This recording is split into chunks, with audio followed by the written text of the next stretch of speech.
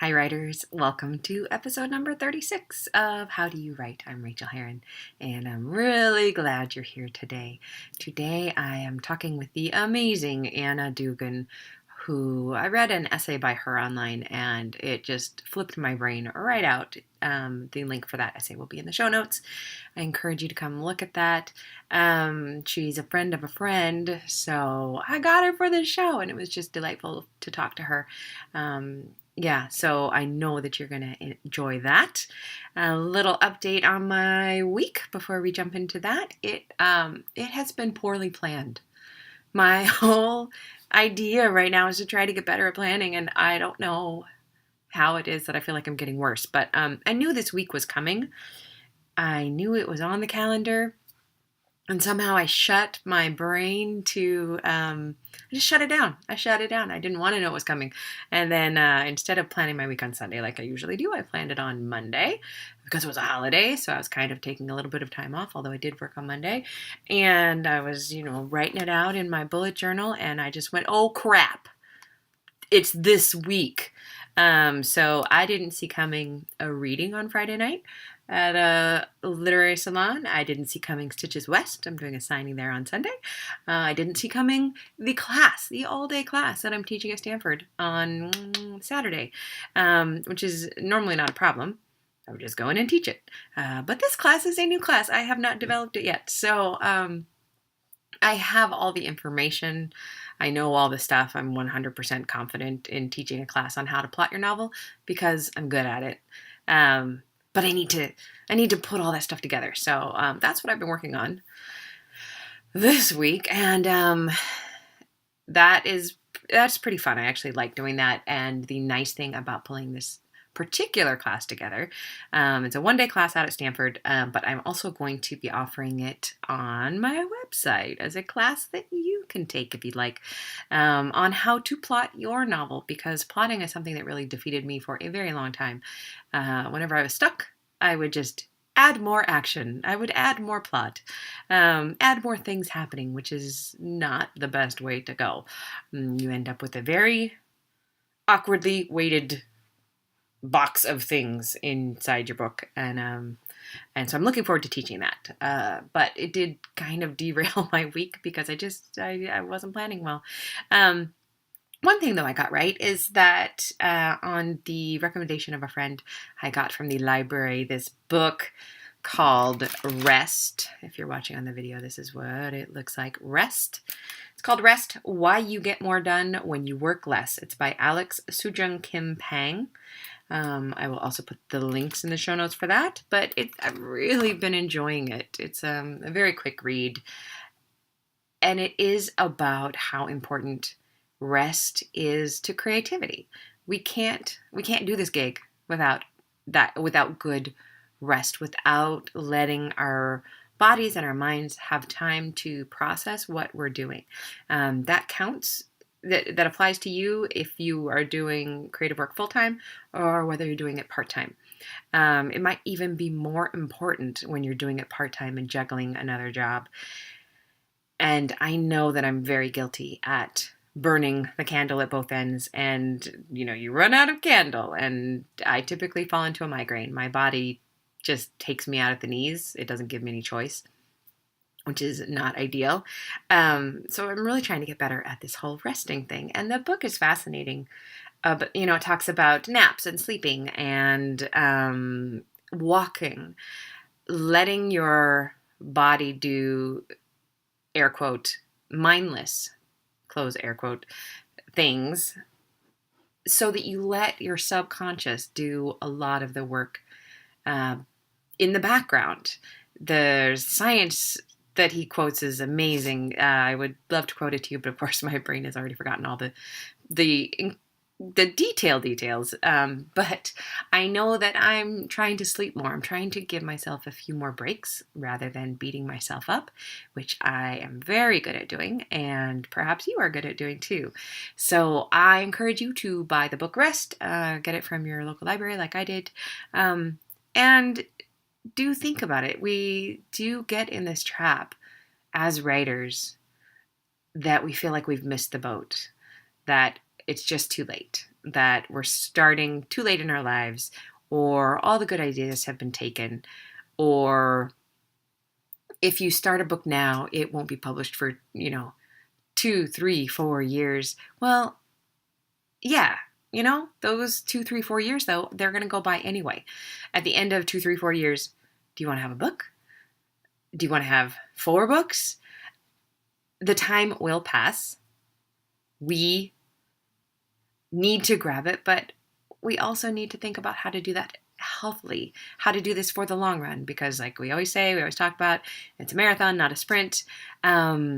So I really recommend that. I think I got a whole ton out of reading this book, and everything else is going well. The thriller, I'm at like 35,000 words, and I didn't write today because I was working on the class, but I'll write again tomorrow. It's still going okay. I haven't heard back from my agent yet on what she thinks about the first 25,000 words. So fingers crossed. But yeah, it's super fun. I'm really liking the writing. And everything else is good. So let's just jump into the interview. Enjoy Anna Doogan. I know you will. And I'll talk to you soon. All right. Well, I would love to welcome today Anna Doogan. Hi, Anna. Hi, Rachel. Hi there. Let me give you a little introduction. Anna Doogan is a writer, dancer, and mother of 3 with 1 on the way. Congratulations. Thank you. Her writing has also appeared in Hip Mama, The Literary Kitchen, and Arcadia magazine's online Sundries. She was the winner of the 2015 Hip Mama Uncensored, Unchaste Readers Writing Contest for her short story Fires. She lives in Portland, Oregon. Welcome. Thank you. Thanks for having me. So glad you're here. You came on my radar when our mutual friend Carrie Luna, who has been on the show before, tweeted a link to your piece at Actual Space, and it was called How to Breathe in a Tunnel. And I tell you what, it absolutely knocked me out. Absolutely knocked me out. Your prose and your use of the language was just incredible. I almost fell out of bed.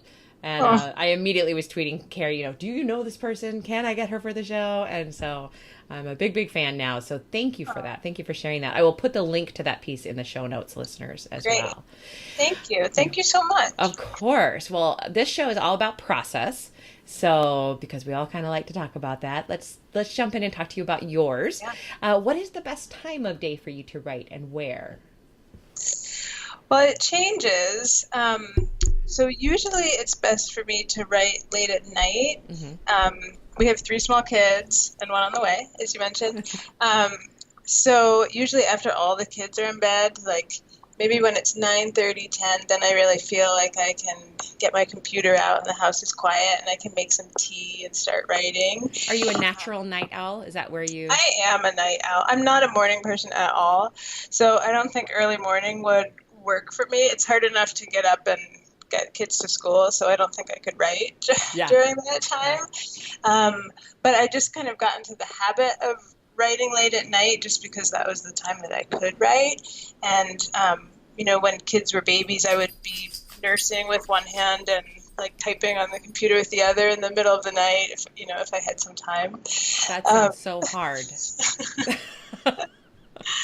So I do, now my youngest is in preschool half of the week, so I have some daytime writing time, but I can't really write at home because if I'm at home, I see that dishes could be done or laundry. It's just really hard for me to separate that, so I have to go to a coffee shop.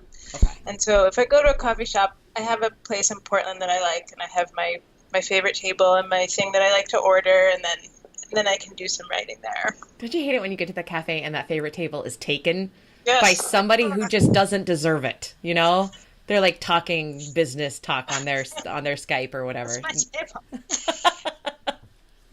Cool. And how do you write? Are you longhand, computer? So for ideas, I have my notebook that I carry everywhere, which I'm sure a lot of writers say. That goes everywhere with me, and if I'm out and about and I have an idea for a title or just an image or a little bit of dialogue, then that goes in my notebook. And sometimes it's hard to decipher, especially if I get an idea from a dream that I've had. I don't know if you've ever woken up and tried to write down a dream, and then later you tried to read it and you just can't tell what it was. It doesn't ring any bells at all. Yeah.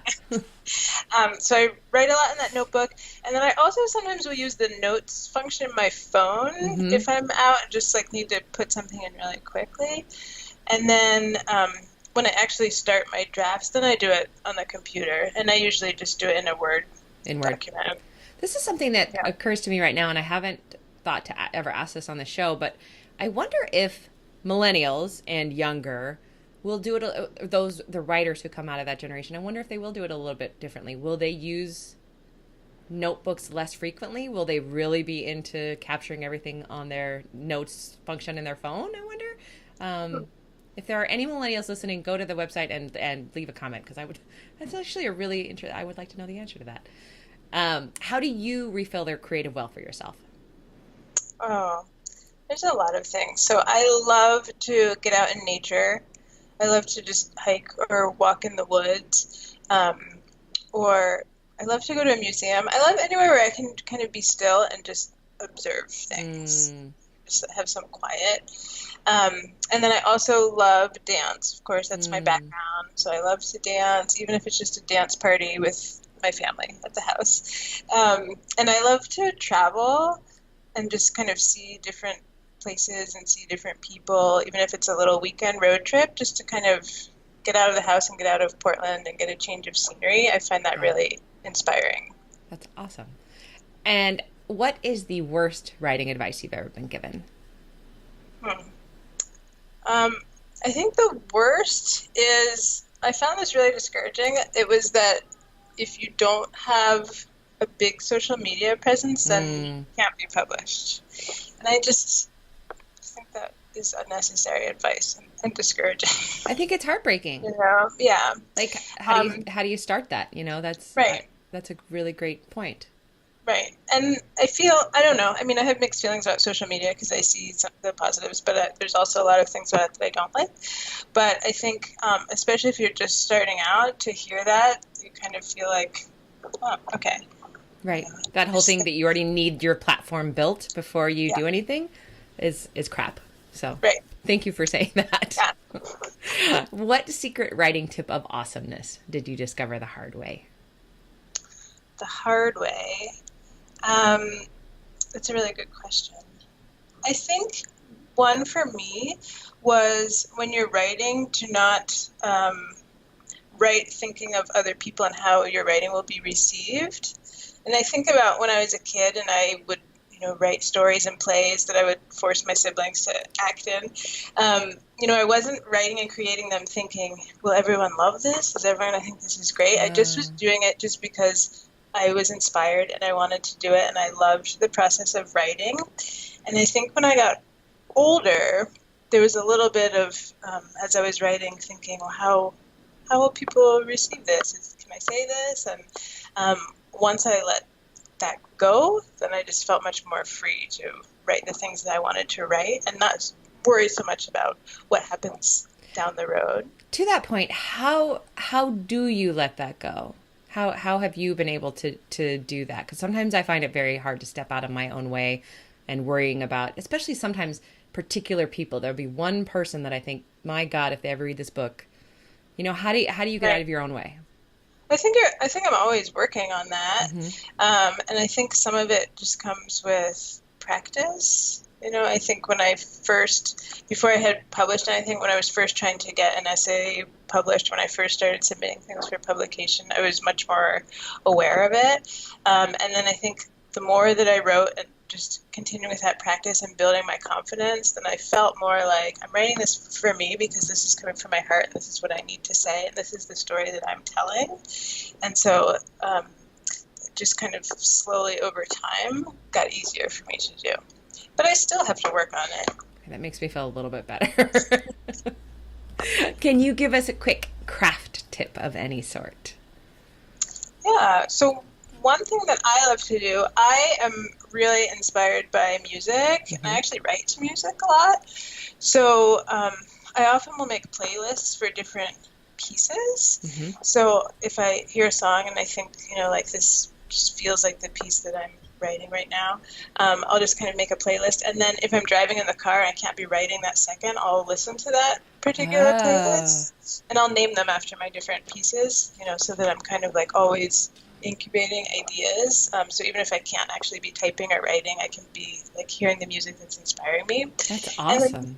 Thanks. I like it. Yeah. And I also keep a file on my computer of just inspiration. So if I see a picture that inspires me, or read an article or an art piece, I'll just kind of save those in a file on my computer so that I can look through them and just kind of always have that inspiration going. That is so smart, and it seems like I should have thought of that one, and I never have. Thank you for that. It's like what I would use Pinterest for if I was a better Pinterest user. Oh, right. But I'm not. So, on really bad days, what other profession do you wish you had if you couldn't write? Oh, I would love to just plan parties or do event planning. Really? That's like a nightmare for most people. Oh, really? No, I love it. And it's actually kind of a family joke because I always have loved it since I was a little kid. And actually when I want to say maybe 9 or 10, I tried to start a party planning business. Oh my gosh. It was like a total failure. But I had this binder, and I would come up with themes. So I would write, art party, and I would write down, this is what the menu will be, and these are the activities we'll do. I made this binder of maybe 10 party themes, and then I would take it around to neighbors and try to get them not maybe their party planner. And nobody really wanted to hire me, but there was finally one neighbor who I think felt sorry for me. And so she paid me $10 to come be a clown at her daughter's party. Oh my God, I'm dying. But I love every aspect of planning a party. So I think that might be it.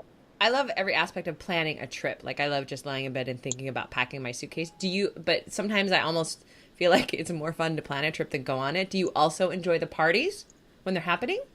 I might actually like planning them more. Okay. Yeah. I totally understand that.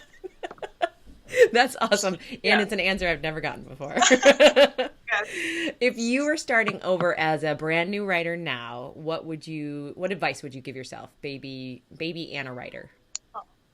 Well, it's kind of similar to what we were talking about. I would say just if you want to write all the time and allow yourself to write really messy things and rough things and things that, are crap, and write as much as you can without worrying about what's going to happen, to this piece, right? Without trying to write the perfect piece right away, because that doesn't happen. It's funny. I heard that so much when I was younger, and I just didn't internalize it either. I wish that I had believed it. Yeah, me too. What would you like to plug right now? What would you like to tell us about? Where can we find you? So my website is annadoogan.com, and so all of my published essays and short stories I keep on there, so that's a good place to find everything. Awesome. Perfect. Thank you so much for your time. Thank you for talking to us. Yeah. And I hope that you get a little bit of writing time before the kids come home from school. Yeah, thank you. I will. Thanks so much, Anna. Talk soon. Thanks. Bye. Bye.